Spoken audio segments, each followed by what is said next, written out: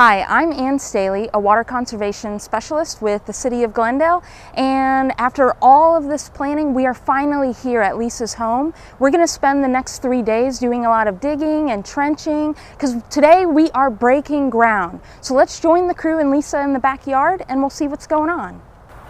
Wayne, Lisa, are you guys ready for groundbreaking? Yeah. We're absolutely ready. All right. Here. Let's go. Go!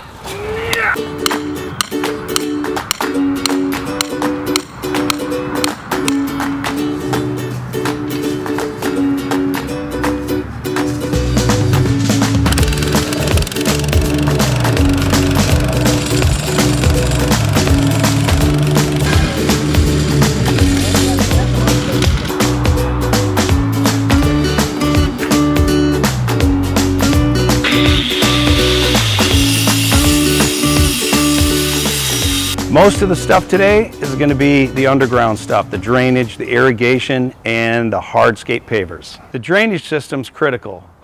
We've got to make sure that when it rains and we have a big event, that the water's running out to the front of the house. So we'll be digging the French drains, putting in the filter fabric and the rock so the water can make its way to the front yard. The irrigation system starts out with the backflow preventer. That keeps the domestic water separated from the irrigation water and keeps the pollutants and fertilizers out of the domestic water line. So today we're going to extend the main line of the irrigation water to the backyard so we can put in a couple of new valves, one for the raised garden planters and others for the trees and shrubs. Wow, the boys are going to town on the pavers.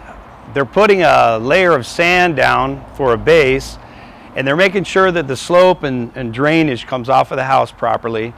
These are permeable, and the pavers, they're placing the first layer on top of the existing concrete and then extending it out like we talked about in the design.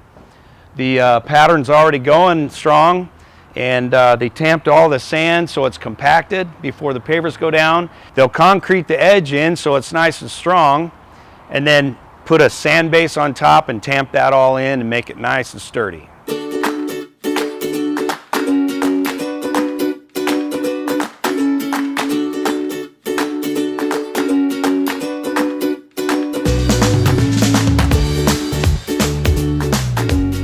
Well, the boys at Integrated Landscape Management made a lot of progress yesterday on day one. They're finishing up the drainage channel that goes down the side of the house. Elevations have been shot so that we know which way the water flows when it rains in a storm event.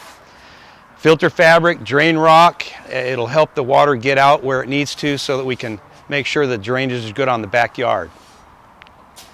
Today we install the WaterSmart controller. That is climate controlled, so it'll automatically adjust itself with today's technology based on the weather conditions. After looking at the budget, we determined right away that the raised garden planters were a little bit beyond our budget, so Lisa decided on the weekend to build them herself. She did an awesome job. We placed the planter boxes today so that we could pipe in the irrigation for future after she gets them planted out.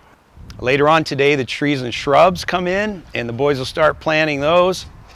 And this yard is going to be almost ready for tomorrow's finish day.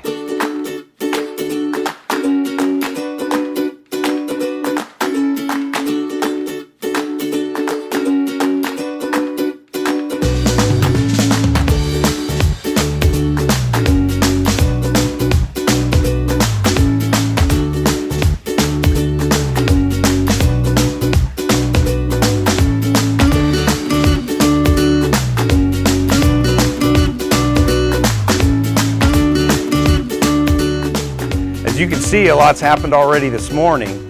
The guys finished bringing the irrigation to all the plants. We have the emitter tubing going to every one of the bases of the plants so that they get plenty of water right where they need to.